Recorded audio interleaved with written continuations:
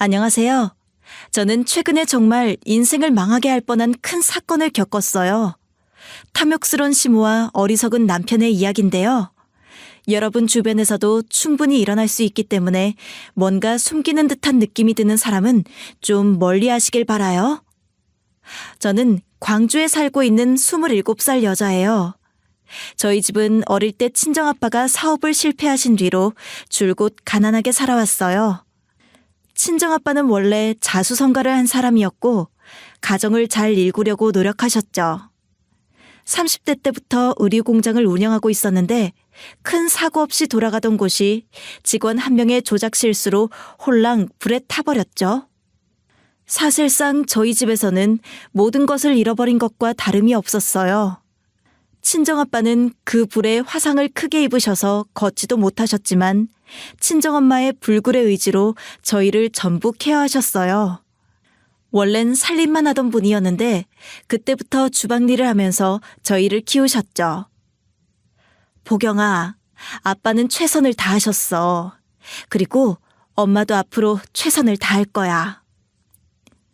솔직히 저는 어릴 때 친정 부모님을 많이 원망하기도 했거든요.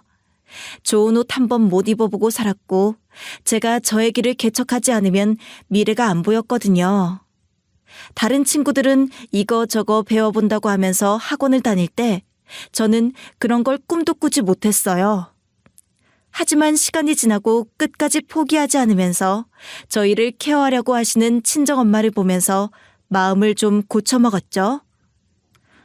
엄마, 나도 최선을 다할게.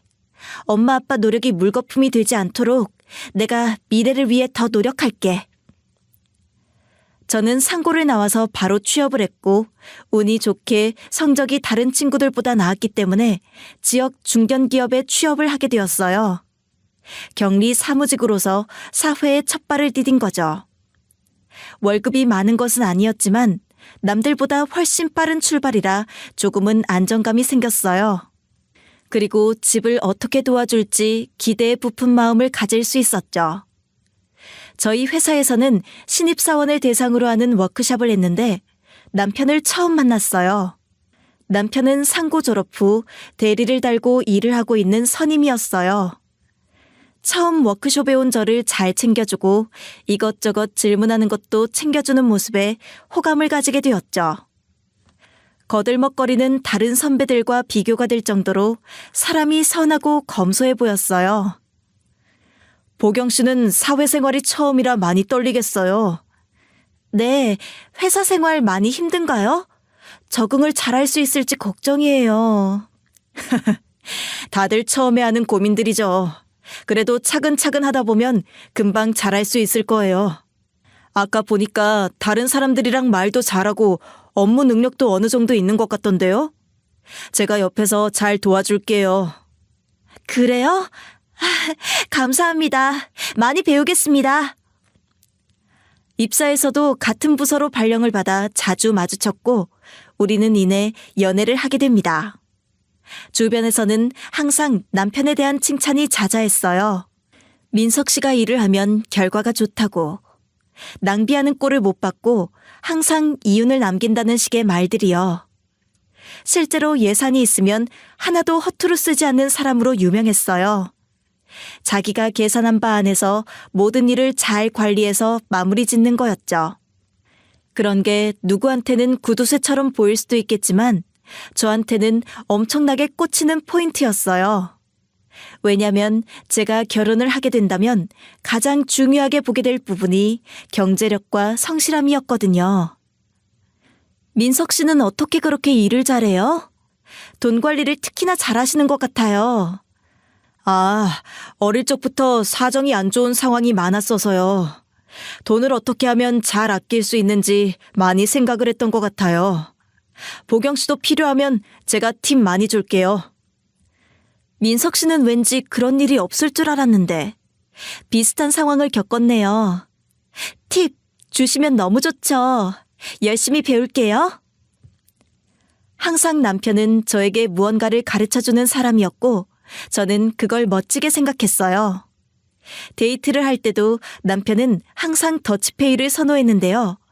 저는 그 부분까지도 좋았어요. 남자가 속이 좁다든지 그런 생각은 안 했고 사정이 어려우면 그럴 수 있다고 느껴졌어요. 오히려 허투루 낭비하는 것이 없다고 생각이 들었죠.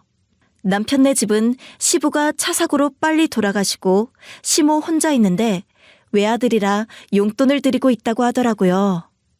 솔직히 20대 때는 자기를 위해서 쓰는 돈도 없어서 고민을 하는 게 많은데 이 사람은 시모까지 챙길 줄 아는 점이 대단하더라고요. 그렇게 5년 정도 만났을까요?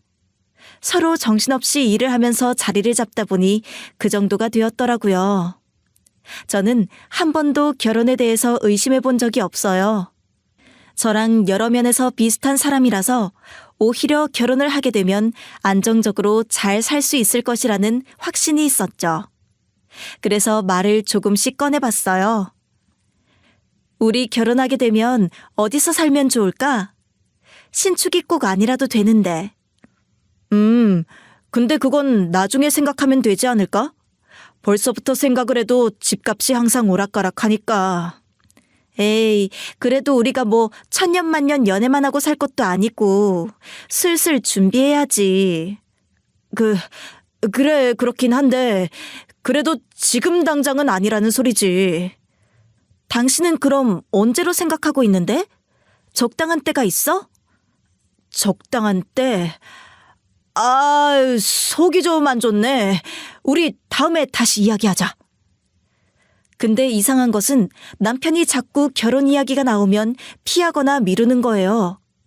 저를 사랑하는 태도에서는 변함이 없는데 계속 그러니까 저도 당황스럽더라고요.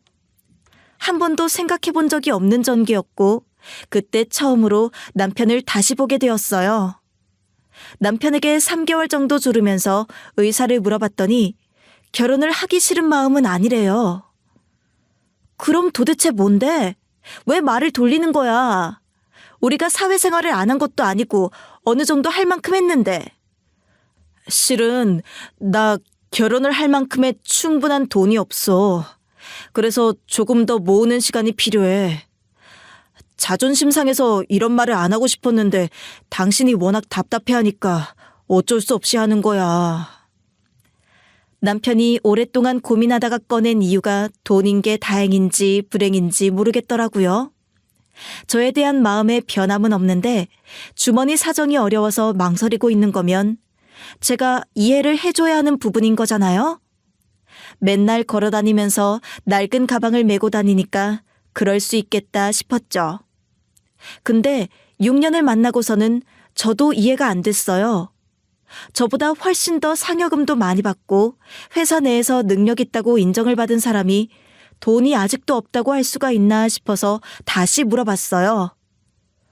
한 달에 나보다 100은 더 벌 텐데 아직도 모은 돈이 부족해? 그냥 그럼 대출 받아서라도 계획을 해보자. 대출을 받아가면서까지 하면 자기가 좀 불안하지 않겠어? 아니, 다들 그렇게 해. 진짜로 돈이 부족해서 그러는 거라면 걱정하지 말고 빨리 날을 잡자. 우리 둘 다 결혼 정년기이고 여기서 더 늦어지면 안 될 것 같아. 그래도 대출은 좀 빚이 생기는 건데. 난 1년 안에 결혼을 하고 싶고 빨리 가정을 꾸리고 싶어. 그럴 마음이 없으면 이제 그만 만나야 할 것 같네. 내가 안 기다려줬던 것도 아니고 이리저리 방법도 마련해주는데도 싫으면 어쩔 수 없는 거 아니겠어? 저는 여기서 남편의 핑계를 끊지 않으면 계속 이어지겠다는 생각이 직감적으로 들었어요. 그래서 단도직입적으로 이제 결혼 생각 없으면 그냥 헤어지자고 했는데 남편은 곤란해하더니 알겠다고 날짜를 잡자고 하더라고요. 그때도 표정이 좋지는 않았어요. 미안해서 그러는 것 같긴 했는데 뭐랄까? 미안함이 더 크다기보다는 조금 곤란해 보이는 표정이었던 것 같아요. 항상 자기가 맡은 일을 잘 기획해서 하는 사람이 왜 결혼에 관해서는 이런 태도를 취하는지 도통 이해가 가지 않았죠. 그런데 3달 뒤로 잡아뒀던 상견례 날짜가 다가오니까 또 변수들이 생기기 시작하는 거예요.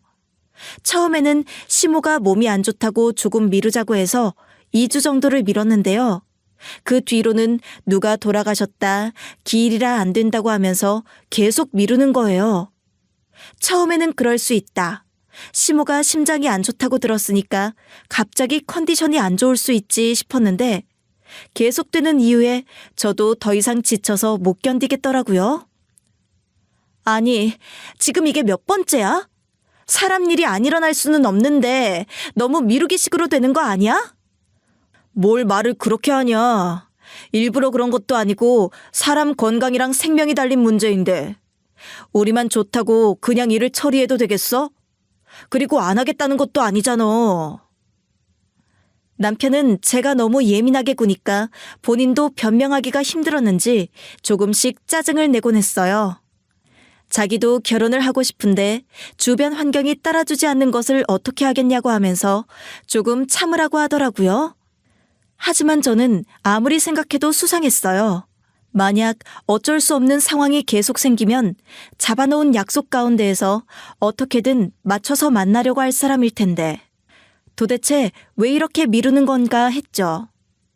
주변 친구들도 남자가 확신이 있으면 그렇게 미룰 수가 없는데 확신이 없는 거 아니냐. 그냥 헤어져라 하더라고요. 이런 식으로 결혼 전부터 흔들리는 커플은 잘 사는 걸 본 적이 없다고요. 숨기는 것도 너무 많고 서로를 향해 터놓고 이야기할 수 있는 부분이 많이 가려져 있는 거 아니냐고 하더라고요. 그런가? 정말 확신이 없는 것 같니? 그렇다니까.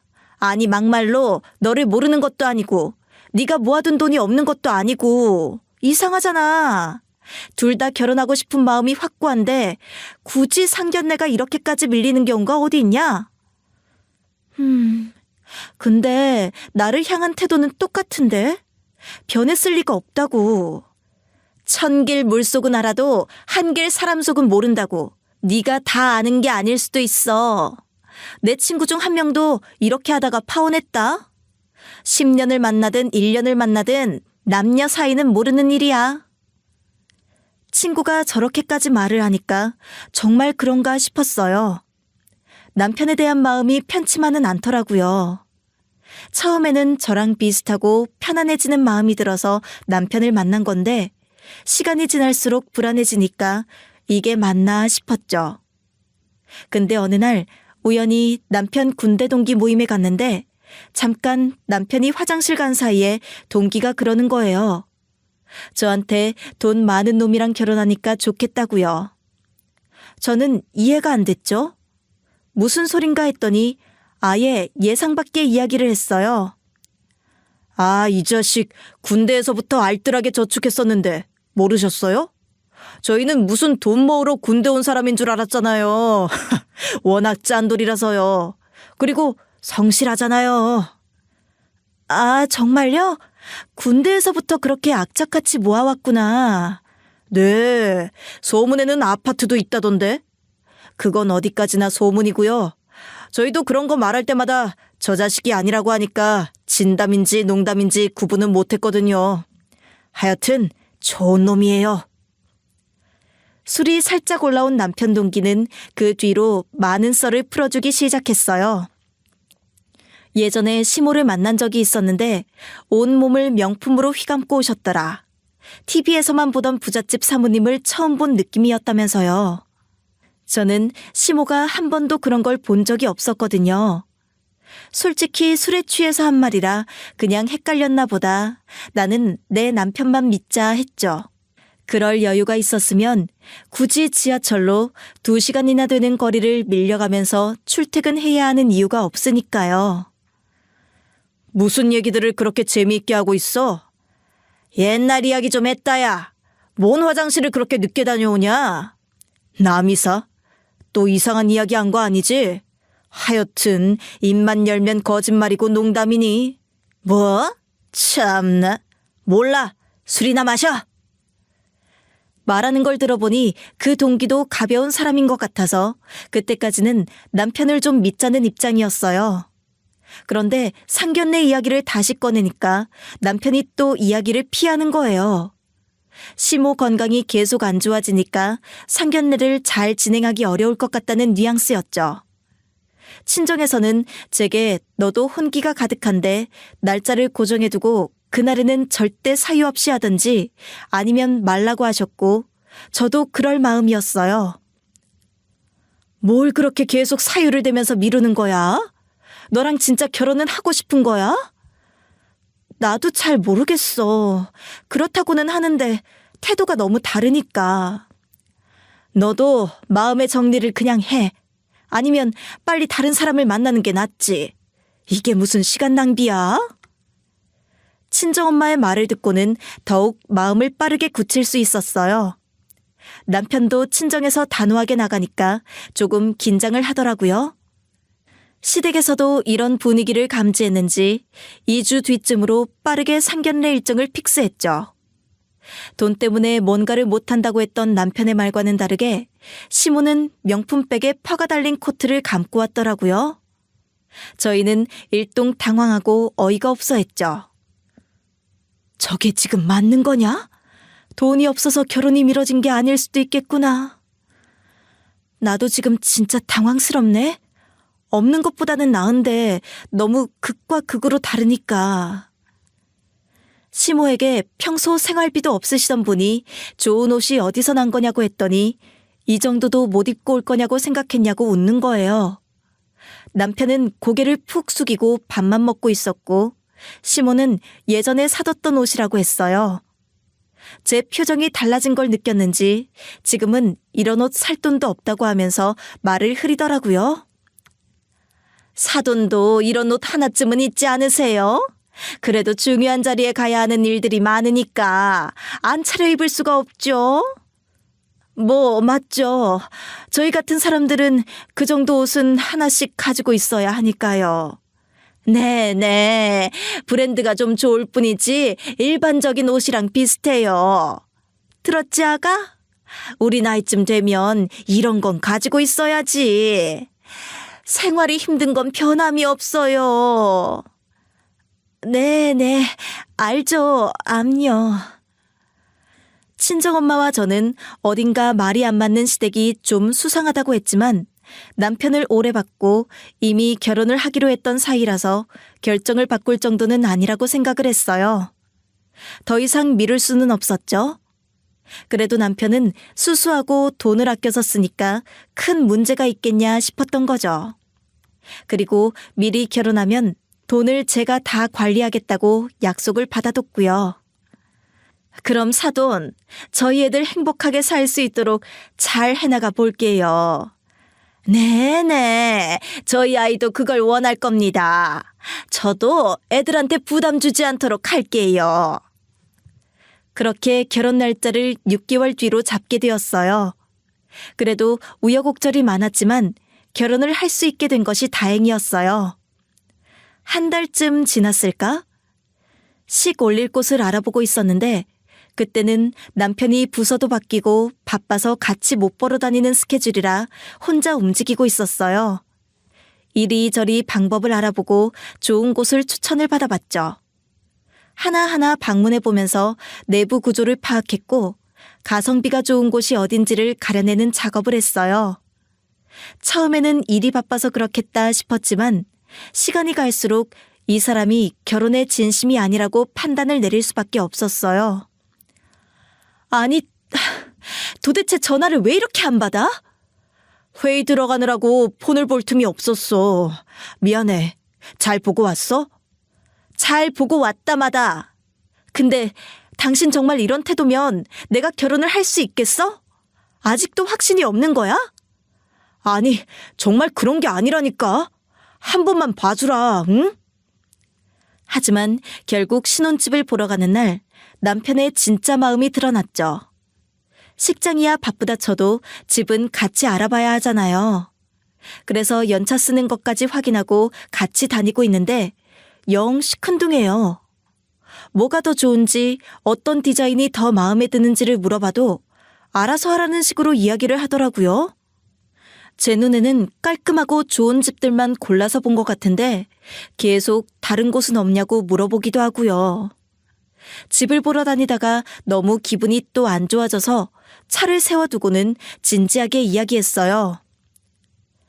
나 혼자 결혼하는 게 아니지 않아? 왜 계속 대화를 하는 게 아니고 제시를 바라는 거야? 당신도 그럼 알아봐야 하는 거 아니야? 아, 미안해. 근데 사실은 진짜 나도 하고 싶지. 절대 그만두고 싶은 마음이 아니야. 도대체 앞뒤가 다른 남편의 어떤 말을 믿어야 하는지를 모르겠다고 생각이 들었어요. 혼란스러워서 남편 눈을 똑바로 보고 말을 잇지 못하고 있으니까 진짜 마음에 있던 말을 하더라고요. 남편이 시기랑 혼인신고를 좀 미루면 안 되냐 하는 거예요. 저에게는 거의 트라우마 수준으로 싫은 이야기였어요. 남편은 그래도 우리 만난 지 8년이 다 되어가고 서로 결혼할 사이가 맞으니까 이 정도 신뢰는 있지 않냐고 했죠. 내가 대출을 못 받을 것 같아서 그래. 그게 무슨 소리야? 돈이 없다는 소리야? 아니면 대출을 받을 마음이 안 된다는 소리야? 저는 결혼을 늦추는 것을 못하겠다고 빨리 대출을 알아보고 둘이 돈 모아서 집을 구해도 모자랄 판에 그게 무슨 소리냐 하니까 본인은 대출을 너무 싫어하는 편이라 돈을 더 모으고 하고 싶다는 이야기였어요. 대출을 싫어하는 것을 처음 들었기 때문에 너무 당황스러웠어요. 서로 사랑하면 하는 게 결혼 아닌가요? 그런데 그보다 돈이 더 큰 영향을 미치는 것 같았죠. 아니, 그럼 어느 세월에 결혼할래? 오빠 1, 2억 있어? 그 정도 없으니까 대출을 받는 거잖아. 제가 거의 신경질을 부리면서 이야기를 했지만 남편은 극구 반대를 하더라고요. 절대 은행을 믿을 수 없고 이자를 내는 것도 너무 싫어한다고요. 저는 그 모습이 정말 비정상적이라고 생각했어요. 아니, 대출 안 받고 집 사는 사람이 있냐? 다 대출로 하고 메꾸는 거 아니냐 했더니 그래도 안 된다고 조금만 시간을 더 달래요. 어이가 없어서 집 보러 다니는 것을 때려치우고는 말도 안 하고 집으로 와버렸어요. 그리고 연락을 한 일주일 동안 안 했죠. 그 집안 참 이상하다. 뭐가 그렇게 제약이 많아? 그리고 이자를 내고 대출을 껴서 사는 사람들이 얼마나 있다고. 참 유난이다. 정말 도대체 왜 그런지를 모르겠어. 나도 답답해. 그 뒤로 계속 울적했던 것 같아요. 결혼이 어떻게 될지도 모르겠고 앞으로 이 사람과의 관계를 잘 이어갈지를 모르겠더라고요. 그래서 집에 누워서 복잡한 생각이나 정리하자는 마음으로 하나하나 가지고 있던 것을 정리하고 있는데 지갑에서 명함 하나가 나오는 거예요. 기억을 더듬어서 언제 명함을 받았는지 생각을 해보니 그때 그 술자리에서였던 것 같았어요. 남편의 대학 동기가 은행에서 일을 한다고 하면서 대출이 필요하면 꼭 오라고 했던 게 어렴풋이 떠올랐어요. 그래서 다음날 그 명함을 들고 은행으로 방문을 했어요. 남편 친구는 제가 찾아올 것을 생각을 못했는지 당황스러워 하더라고요. 하지만 저는 최대한 살갑게 하면서 물어봤죠. 혹시 남편 대출 서류 때문에 왔는데 다시 발급이 가능할까요? 어디로 갔는지 한참 찾아도 모르겠네요. 저는 포커페이스를 완벽하게 하고서는 남편 친구에게 물어봤고 몇 초의 정적 후 이런 대답이 돌아왔어요. 네, 당연하죠. 지금 집 바꿔주는 건 잘 진행되고 있나요? 그 뒤로 어머님을 뵌 적이 없어서. 네, 집 바꾸는 거 잘 되고 있죠. 어머님도 좋아하시고요. 저는 사실 재수 씨가 알면 싫어할 것 같아서 알리지 말라고 했던 건데 이미 아시고 계시네요. 시어머니 집을 바꾸는데 도와주는 와이프 있으면 저도 행복할 것 같네요. 2억 정도면 충분하잖아요. 웬만한 아파트 들어가고도 남죠 뭐. 2억이요? 2억까지 나왔나 보네요. 네, 이전에도 끼어있던 대출들이 좀 있어서 어려웠는데 그래도 이리저리 찾아서 좀 맞춰서 해줬어요. 얼마나 다행이에요. 대답을 들어보니 시모 새로운 집을 주기 위해서 아들이 대출을 여러 군데에서 조각조각 받은 거였고 그걸 2억까지 끌어당겨 놓은 거죠. 그러니 저랑 결혼하는 데 쓸 돈은 없었고요. 남편 월급으로는 2억은커녕 나가는 게 더 많을 것 같은데 도대체 이걸 어떻게 갚으려고 했을까 싶어서 받아둔 서류를 사진을 찍어서 보냈고 남편에게서 바로 전화가 빗발치기 시작했어요. 서류를 가지고 집으로 가는 길에 계속 울려대는 남편의 전화를 받지 않았죠. 그러니 퇴근할 시간쯤에 저희 집으로 와서 초인종을 눌러댔어요. 나야, 문 좀 열어봐. 내가 다 설명할 테니까. 2억을 도대체 어떻게 갚으려고? 어떤 대책으로 그런 선택을 한 걸까? 과연 결혼을 할 생각은 있었을까요? 계속되는 초인종 소리에 문을 여니 남편이 꽤 상기된 얼굴로 문을 박차고 들어왔어요. 어이가 없어서 손에 은행 서류를 들고 해명을 해보라고 했더니 남편 얼굴에 조소가 지어지더니 저에게 물어보더군요. 무슨 권리로 내 명의로 된 대출 서류를 다 떼보고 그러는 거야? 아직 결혼한 사이도 아닌데? 180도 달라진 남편의 표정과 태도 때문에 당황하지 않을 수가 없었어요. 저를 향해서 그래도 미안한 태도는 있었는데 정말 숨기고 싶었던 것이 드러나서 그런가 이제는 당당하더라고요. 표정도 쉽게 구기고 날 것 그대로의 모습을 보여주는 것 같았어요. 무슨 권리? 무슨 권리라니? 우리 결혼할 사이 아니니? 그리고 2억이 적은 돈이니? 이 정도를 할 거였으면 미리 나한테 말을 해주고 했었어야 하는 거 아니야? 갑자기 들어오자마자 남의 서류를 함부로 보냐고 역정을 내는데 어이가 없었어요. 저는 이 2억 때문에 나랑 결혼 그동안 미뤄온 거냐고 했고 남편은 그럼 돈이 없는데 어떻게 결혼을 하냐? 그것도 못 기다려주는 식으로 이야기를 하더라고요. 우리 엄마 나 말고 자식도 없어. 의지할 사람도 없고. 내가 할 수 있는 만큼은 다 하고 가야지. 결혼하면 우리 가정을 위해서만 살아야 하니까 그전까지는 아들로서 노릇 다 하고 가려고 했다. 왜?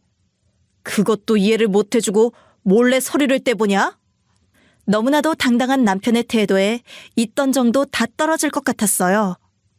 돈이 없어져서가 문제가 아니라 정확하게 소통을 하지 않은 것이 답답했던 건데 남편은 자기 돈 가지고 자기가 쓰겠다는데 왜 뭐라고 하냐는 식이었죠. 그러며 자기는 자기를 이해해주는 사람을 원하고 이거는 내가 좋아서 대출받은 거니까 관심 끄라고 하더라고요. 고작 서류 몰래 떼본 걸로 그러는 거야? 말을 해줬으면 됐잖아. 당신 그거 말고도 빚이 더 있다면서. 어쩌려고 그러는 거야? 아니 빚이 있든 말든 내가 알아서 할 일이야. 아직 네 돈도 아닌데 벌써부터 이러면 내가 어떻게 살아야겠냐? 남편의 성의 없는 말투와 저를 신경 쓰지 않는 태도에 약간은 소름이 돋았어요. 그래서 나를 사랑하는 게 진짜 사랑 아니냐고 물어봤죠. 그러니 유치하게 진짜고 가짜가 어딨냐고 하는 거예요. 그러는 너야말로 결혼할 나를 못 믿어주는 것에 대해서 문제가 있다고 생각하지 않아? 네가 믿어주게 했었어야지. 나는 너랑 결혼하려고 매달 꼬박꼬박 적금하고 항상 상의했어. 그러고도 할 말이 아직도 남아있나 보네? 매달 시댁에 100만 원씩도 주고 저축도 따로 하는 걸로 아는데 도대체 그 많은 돈은 다 어디다가 썼냐고 하니까 시댁에 이것저것 도와줬는데 저에게 무슨 상관이냐는 거예요. 당장 이 돈으로 살림을 차려야 하는데 시모가 그 명품을 어디서 휘감고 왔나 했더니 이 돈으로 사신 거냐고. 내가 당장 가서 따지겠다 하니까 가만히 있으라고 하더라고요. 네가 무슨 권리로 우리 집에 그런 말을 해? 네가 갚아줄 거 아니면 그냥 결혼 미루고 조용히 살다가 나중에 여유되면 하자고. 안 한다는 것도 아닌데 왜 이렇게 보채는 거야? 너야말로 나랑 결혼 안 하고 싶은 거 아니야? 너는 이게 정상처럼 보이니? 정신 차려 이 인간아.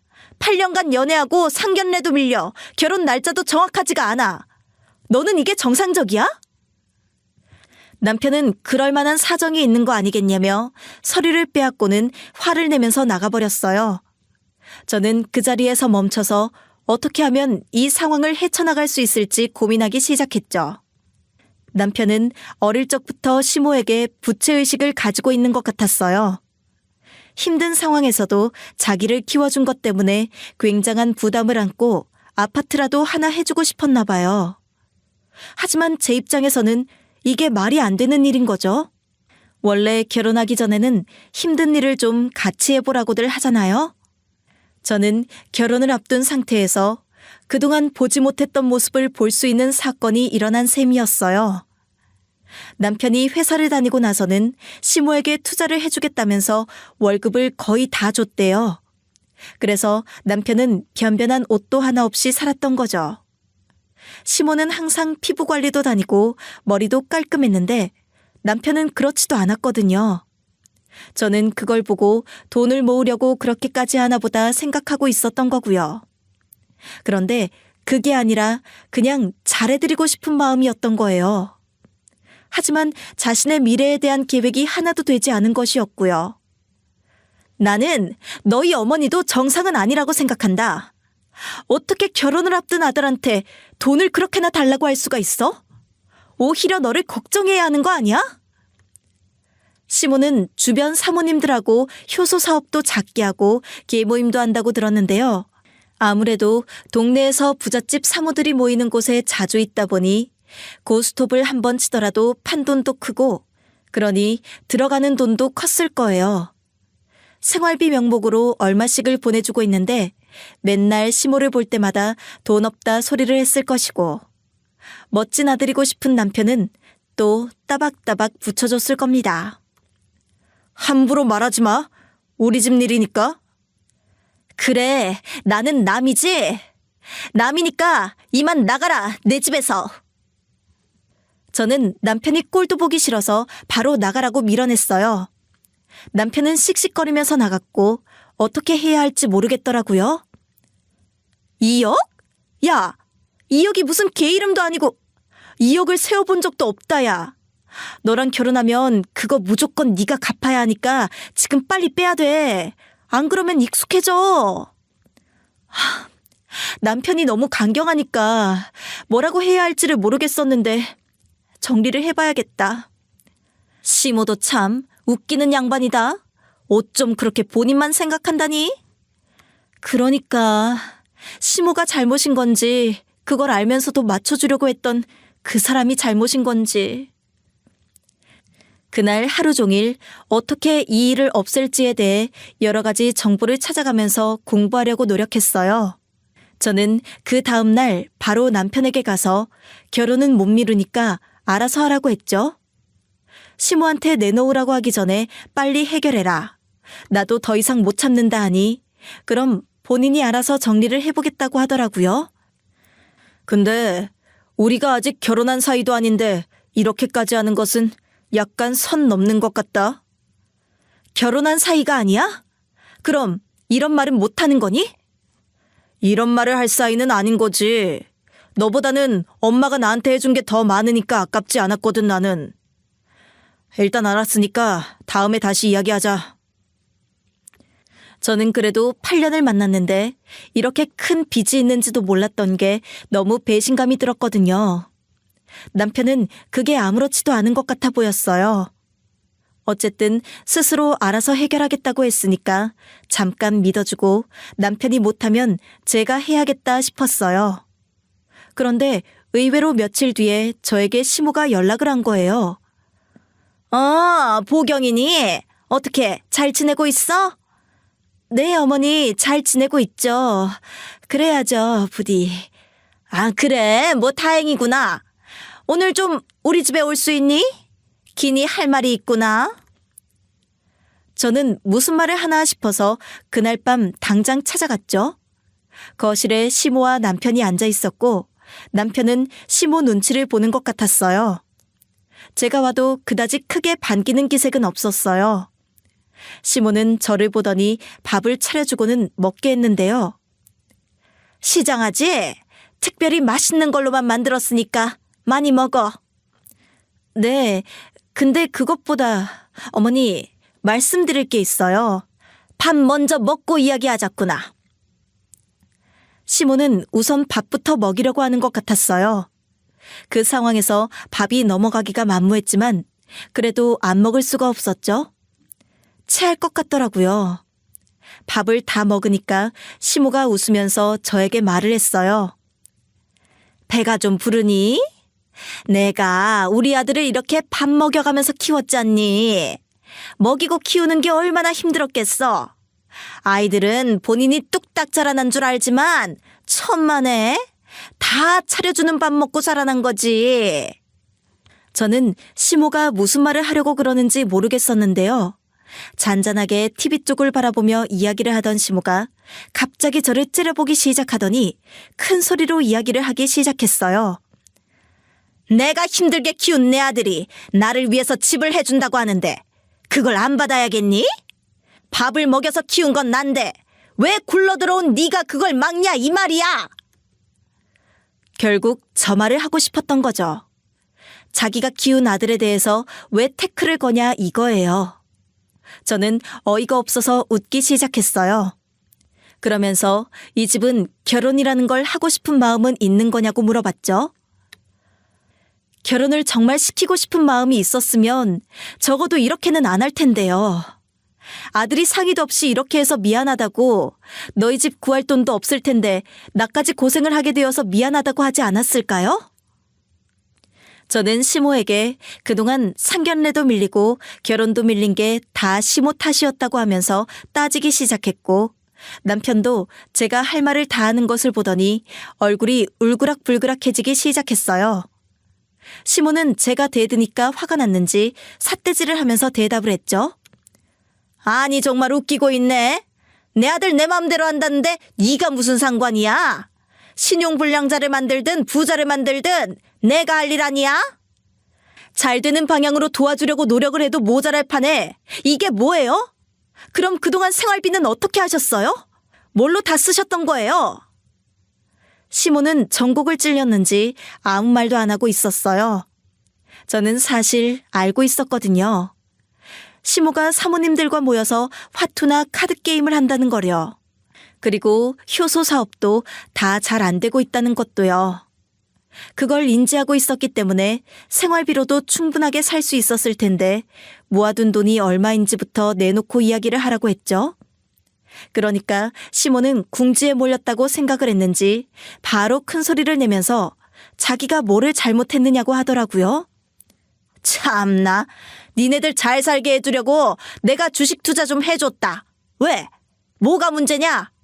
수익 보면 너희만 좋을 거 아니냐? 하여튼 뭣도 모르는 게 저렇게 까불어요. 내가 널 그동안 얼마나 예뻐했는데 네가 내 등에 칼을 꽂아?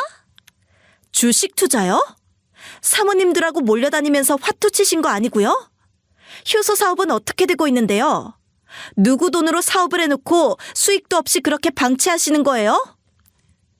시모는 제가 그렇게 쏘아붙이자 저를 노려보면서 손을 들고 칠 듯 다가왔고 저는 눈을 똑바로 뜨고 가만히 서 있었어요. 솔직히 칠 테면 쳐보라는 마음이 컸죠. 그리고 소리를 높여서 그 돈 다 어딨냐고 내놓으라고 했는데요. 그랬더니 남편이 갑자기 나타나서 저와 시모 사이를 가려막더라고요. 내가 다 알아서 한다고 했잖아. 그거 다 없던 일로 하기로 했어. 그냥 잊어버려. 우리 돈도 아니었어. 그리고 너도 이렇게 말하지 마. 그래도 나를 키워준 엄마인데. 아니, 2억이 없던 일이 되나요? 2억이 누구 집 개 이름도 아니고? 어떻게 없던 일이 되죠? 그 자리에서 남편 등짝을 때리면서 정신을 차리라고 했지만 남편은 다 본인이 책임지겠다고 이야기를 했어요. 그와 동시에 시모는 제자리에 주저앉아서는 부모 돕는 것도 막는 며느리를 왜 얻어야 하는지 모르겠다고 가슴을 쳐대더라고요.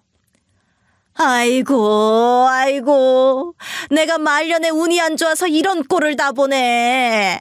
내가 무슨 부귀영화를 누리겠다고? 아휴, 그거 조금 지원받은 거 가지고 아주 사람을 잡아먹네. 어머니, 입이 삐뚤어졌어도 말은 똑바로 해야 하잖아요. 그러시면 안 돼요, 정말.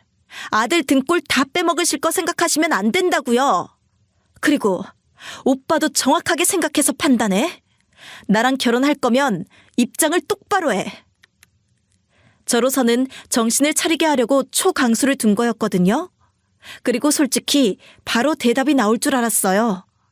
적어도 8년 정도를 만나온 사람이라면요. 그런데 남편은 얼굴이 발개져서는 본인이 다 알아서 한다고 했는데 왜 계속 말을 하려고 하냐고 하길래 이 사람은 절대 정신을 못 차리겠다 싶어서 뺨을 한 대 갈겨버렸어요. 그리고 시모에게는 2억을 당장 내놓으시지 않으면 저는 절대 결혼하지 않겠다고 선포를 했죠. 남편은 제가 그렇게까지 강경하게 나갈지는 몰랐나 봐요. 사색이 되어서는 왜 갑자기 그렇게 말을 하냐고 자기한테 시간을 좀 더 달라고 했고 시모는 파혼하려면 하라고 본인은 아무런 손해가 아니라고 뻔뻔하게 나오더라고요. 네, 마음대로 하려고요. 저는 자기 자식 신세 망치고 꼬아버리는 집안에 시집가기 위해서 그동안 기다린 게 아니었거든요. 아들 바보 만들지 말고 그만하셔요. 그리고 남편을 향해 얼굴을 보면서 이야기를 했어요. 바보같이 구는 것도 한계가 있다고. 너랑도 끝이라고요. 내가 오늘 정리가 잘 되었으면 그냥 너랑 관계도 계속 유지하려고 했는데 이건 정말 아닌 것 같다. 2억을 없던 일로 해? 나는 그런 집안에서 절대 살 수 없어. 평생 어머니 뒷바라지나 하면서 살아라. 나는 여러 번 기회를 줬다고 본다. 그러면서 파혼을 선언하고 나와버렸어요. 생각만 하던 것이 현실이 되니까 겁이 나기도 했지만 후회는 없었어요. 저는 지난 8년 동안 충분히 시간을 줬기 때문이죠. 시모는 그때까지도 크게 웃으면서 네가 무슨 재주로 우리 아들한테서 벗어나냐고 했지만 저는 아랑곳도 안 하고 나와버렸어요. 남편은 저를 따라 나와서 바짓가랑이를 붙잡아도 뿌리쳐버렸어요. 너같이 경제관리가 안 되는 사람은 내가 데리고 살 사람이 아니야. 그리고 엄마가 버는 효소 사업? 그것도 좀 알아봐서 같이 해봐. 그게 진짜면 그걸로 갚아줄 수 있겠지. 아니면 아닌 거고. 그거나 기다리면서 살아라. 8년 동안 너를 만난 게 후회된다. 너 말 다 했어? 야, 네가 지금 어디다 대고 그런 평가를 하고 가는 거야? 예! 시모가 소리를 지르는 것을 들으면서 집 밖으로 빠져나왔고 저는 바로 시모가 가지고 있는 재산에 대해서 불법적으로 유통된 것이 없는지 알아보려고 하고 있었죠. 남편은 그때 각성을 했는지 그 뒤로 한 일주일을 회사를 안 나오더라고요. 군대 동기를 통해서 소문을 들어보니 시모에게 2억을 받으려고 대화를 했지만 절대 안 준다고 뻔뻔하게 버텼고 병이 나버린 거죠. 그 시모도 진짜 대단하다. 자기 아들을 그렇게까지 하고 싶다는 게 말이 되니? 알아보니까 이런 적이 너무 많아서 민석 씨는 이상한지를 몰랐던 거야. 자기가 알아서 하겠다고 하면서 엄마 아파트는 사줄 마음이 있고 나랑 결혼해서 살 아파트는 마련도 안 하려고 하더라고. 참. 야, 오히려 잘 됐다. 네가 지금까지 만난 게 그럼 뭐가 되냐? 복수를 톡톡히 하자고. 그리고 일주일 동안 저는 변호사와 상의를 해가면서 시모와 멍청한 남편에게 어떻게 갚아줄까 고민을 했어요. 그런데 일은 예상과는 다르게 흘러갔어요. 일주일 뒤에 남편이 회사에 왔을 때에는 사람이 해골이 되어서 왔더라고요. 그리고 며칠 뒤 경찰서를 가야 한다고 해서 무슨 일인가 했더니 시모가 사기 혐의로 신고를 당한 거예요. 기회 모임에서 효소 사업 금액을 다 뒤에서 빼돌리고 서류를 조작해서 자기만 이득을 본 걸 들킨 거죠. 거기 있는 사람들은 사장님 와이프들이니까 일 처리해서 신속할 거고 도망갈 새도 없이 붙잡혔다고 하더라고요. 제가 굳이 움직이지 않더라도 인과응보가 잘 이뤄지게 된 거죠. 그 돈으로 부자 되라고 했더니 진짜로 그럴 뻔했네. 참 근데 인생이 쉽지 않지. 그래, 야. 그걸로 부자 되었으면 법이 왜 있냐? 그렇게 남의 등골 빼먹는 것에 익숙한 사람은 결국 망하게 되어 있어. 그리고 그 돈 투자도 아들한테도 받은 금액 중 일부러 한 거라 남편도 경찰서를 들락날락 해야 했고요. 자기가 책임지겠다는 말을 그렇게나 많이 한 사람이 진짜 골치 아픈 일에 휘둘리게 된 거죠. 회사에서는 남편이 출근해서 안색도 안 좋고 맨날 일도 못하고 가만히 자리에 앉아 있으니까 조금씩 눈밖에 나기 시작했어요. 남편은 항상 멍한 표정을 짓고 있었고 뭔가 고민하는 듯한 느낌이 났어요. 민석 씨, 요즘 정신이 없어 보여. 무슨 일 있어? 아니에요. 그런 거 아닙니다. 보고서도 다 틀리고 말이야. 지금 일을 하는 거야, 마는 거야? 신경 써서 하겠습니다. 다시 올려드리겠습니다. 하지만 남편의 실수는 끊이질 않았고 경찰서를 들락거리는 과정 속에서 거래처와의 금액을 정산할 때 아주 큰 미스가 나버린 거예요. 회사에 막대한 손해가 끼쳐지게 되어서 팀이 전체가 수습을 해야 했고 회사에서는 더 이상 참지 못하고 그 사건을 계기로 정리 권고사직을 했더라고요. 오랫동안 다닌 직장이었는데 사람이 한순간에 망가지니까 걷잡을 수 없이 문제가 생기게 된 거죠. 저는 짐을 싸서 나가는 남편의 앞을 가로막고 이야기를 했어요. 그러니까 책임질 수 없는 일을 도우면 안 된다고 했잖아. 보경아, 내가 이렇게 빨리 될 줄 알았겠니? 내가 2억이라도 빨리 물으라고 했잖아. 그건 어떻게 되었어? 효소 빚 때문에 홀랑 날아가게 생겼다. 나 좀 도와주라, 보경아, 응? 남편은 제가 그렇게 결혼하자고 제 말 좀 들어달라고 할 때에는 제 말을 듣지도 않고 귀를 닫고 있었는데요. 이렇게 본인이 불리한 순간이 오자 저를 붙잡고 늘어지기 시작하더라고요. 저는 웃기지도 않아서 꿈깨라고 말을 해줬어요. 꿈깨. 이미 2억 해준 순간부터 너랑 나는 끝이었어. 그러게 그때 정신 차리지 그랬니? 넌 이미 좋은 시절 다 놓쳤어. 앞으로 돈이나 갚으면서 그렇게 살아라. 저에게 했던 냉정한 말투를 똑같이 남편에게 해주니 충격에 빠진 것 같은 느낌이었어요. 그래도 저는 불쌍하게 여겨줄 줄 알았나 보죠? 천만에요. 남편은 제 말을 듣고 눈빛이 크게 흔들리고 한숨을 푹 내쉬면서 고개를 바닥에 받고 울기 시작하더라고요. 울든지 말든지 이제는 더 이상 상관없으니까 저는 그 자리를 빠져나왔어요. 그리고 한동안 못 봤는데 한 번씩 직원들이 점심 먹으러 가면서 밖에 나가면 마주치곤 했대요. 남편은 탈모도 오고 다크서클이 심해지다가 건강이 많이 안 좋아졌대요. 시모는 결국 형을 받아서 감방에 가게 되고 거기서도 피해자들한테 줄 돈 없다고 하면서 뻔뻔하게 지낸다고 들었어요. 시모는 뭘 해도 할 사기꾼인 것 같아요. 그러면서 아들에게 보석으로 빼낼 수 있도록 방법을 마련하라고 했다고 하던데 민석 씨는 2억도 날려먹은 마당에 돈을 어디서 마련하겠어요? 이제서야 못 들은 척하고 본인의 상황을 개선하려고 노력하고 있다고 해요. 야, 그때 안 끊어냈으면 완전히 너한테 다 독박이야.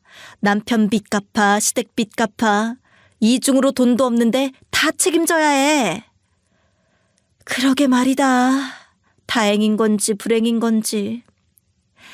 결혼할 사람은 놓쳤지만 내 짝이 아니었던 것 같기도 하고. 네 짝이 아니라서 그런 거야. 인생 수업료 세게 지불했다고 생각하자. 저는 이번 일을 통해서 너무나 많은 걸 깨달았어요. 인간이라고 다 인간이 아니다. 엄마가 자식 등골을 빨아먹고 사는 일도 있다는 거요.